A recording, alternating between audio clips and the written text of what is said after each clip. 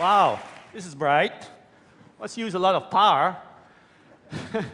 Well, flying you all in here must have cost a bit of energy too. So the whole planet needs a lot of energy. And so far, we've been running mostly on fossil fuel. We've been burning gas. Been a good run. It got us to where we are, but we have to stop. We can't do that anymore.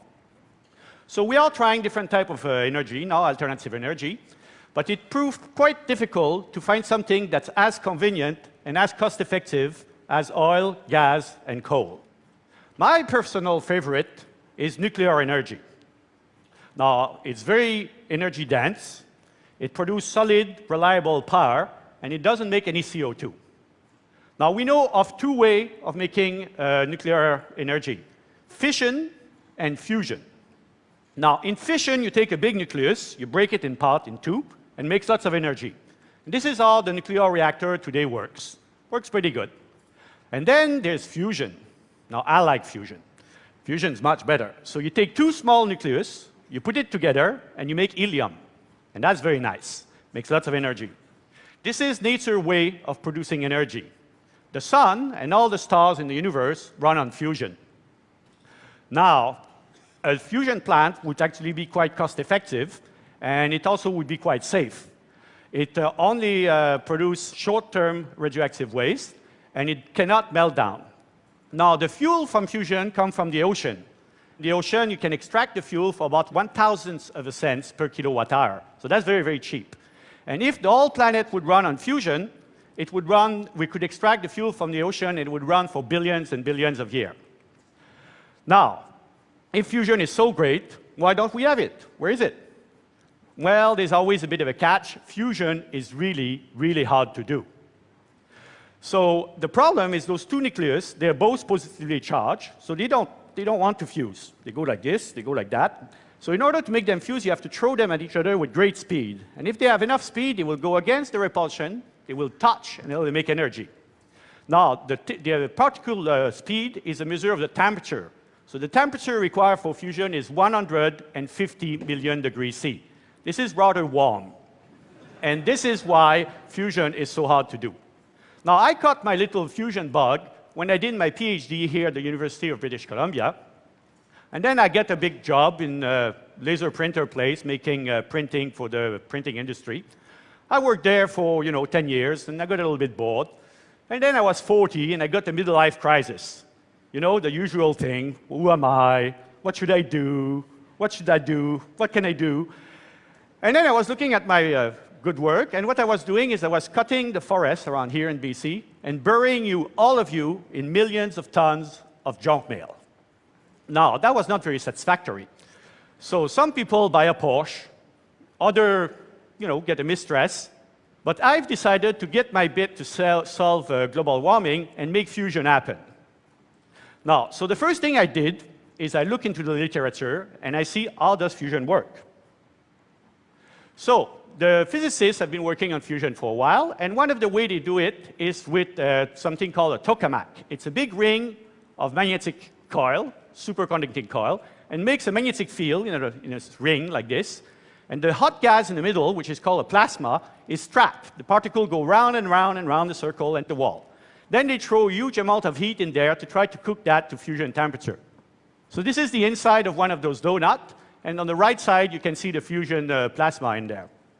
Now, a second way of doing this is by using laser fusion. Now, in laser fusion, you have a little ping pong ball. You put the fusion fuel in the center, and you zap that with a whole bunch of laser around it. The lasers are very strong, and they squash the big ball really, really quick. And if you squeeze something hard enough, it gets hotter. And if it gets really, really fast, and they do that in 1/100000th of a second, it makes enough energy and enough heat to make fusion.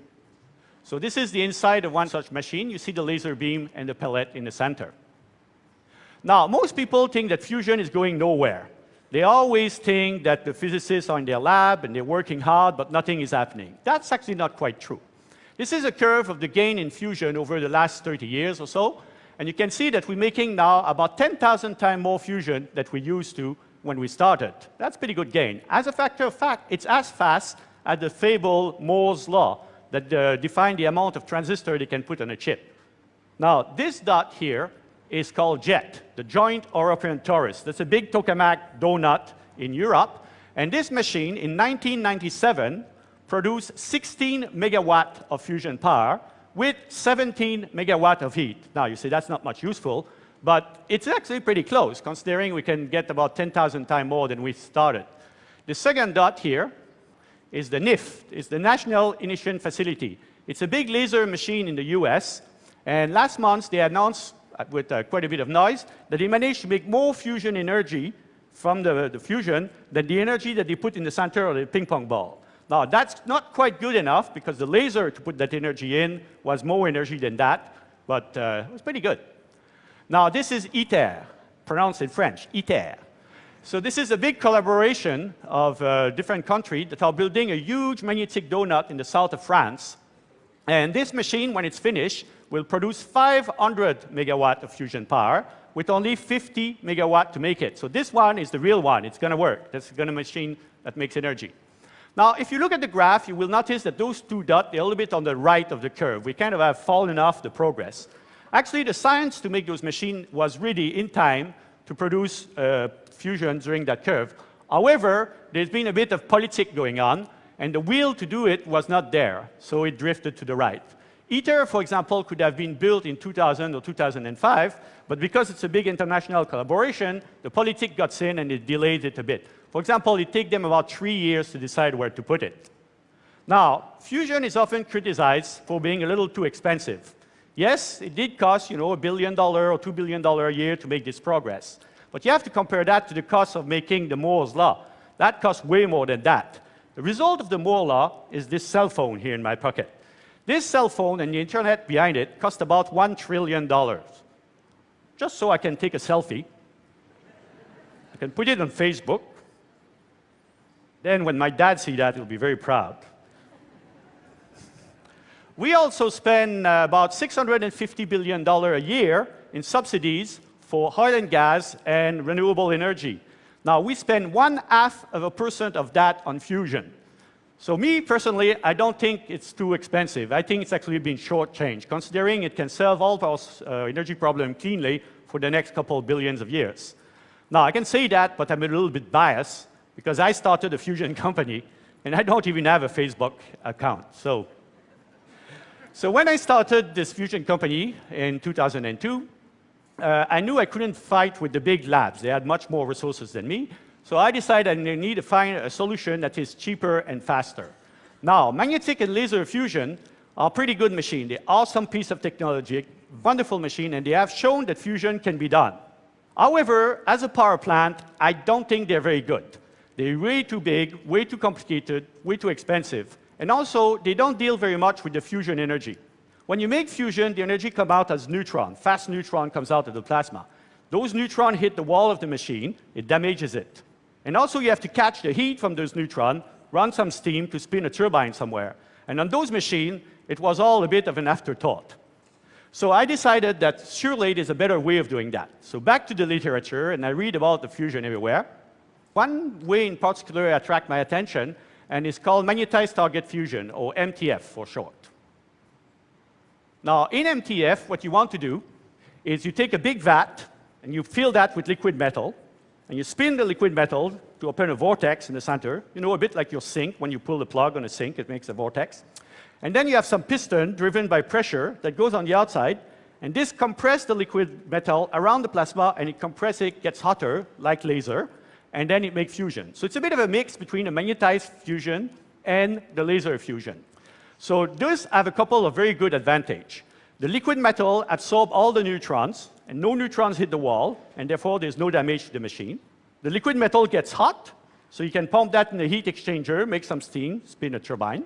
So that's a very convenient way of doing this part of the process. And finally, all the energy to make the fusion happen comes from steam power piston, which is way cheaper than laser or superconducting coil. Now, this was all very good, except for the problem that it didn't quite work. It's always a catch. So when you compress that, the plasma cools down faster than the compression speed. So you're trying to compress it, but the plasma cooled down and cooled down and cooled down, and then it did absolutely nothing. So when I saw that, I said, well, this is such a shame, because it's a very, very good idea. So hopefully I can improve on that. So I thought about it for a minute, and I said, OK, how can we make that work better? So then I thought about impact. What about we use a big hammer, and we swing it, and we hit the nail like this, in place of putting the hammer on the nail and pushing and trying to put it in? That won't work. So what the idea is to use the idea of an impact. So we accelerate the piston with steam. That takes a little bit of time. But then, bang, hit the piston, and paf, all the energy is download instantly into the liquid, and that compresses the plasma much faster. So I decided, OK, this is good. Let's make that. So we build this machine. In this garage here, we've made a small machine that we managed to squeeze a little bit of neutron out of that. And those are my marketing neutron. And with those marketing neutron, then I raised about $50 million. And I hire 65 people. That's my team here. And this is what we want to build. So it's going to be a big machine, about 3 meters in diameter, liquid lead spinning around, big vortex in the center, put the plasma on the top and on the bottom, piston hit on the side, bang, it compresses it, and it will make some energy. The neutron will come out in the liquid metal, going to go in a steam engine and make the turbine, and some of the steam will go back to fire the piston. We're going to run that about 1 time per second, and this will produce 100 megawatt of electricity. OK, we also build this injector. So this injector makes the plasma to start with. It makes the plasma at about a lukewarm temperature of 3 million degrees C. Unfortunately, it doesn't last quite long enough. So we need to extend the life of the plasma a little bit. But last month, it got a lot better. So I think we have the plasma was compressing now. Then we build this small sphere, about this big, 14 pistons around it.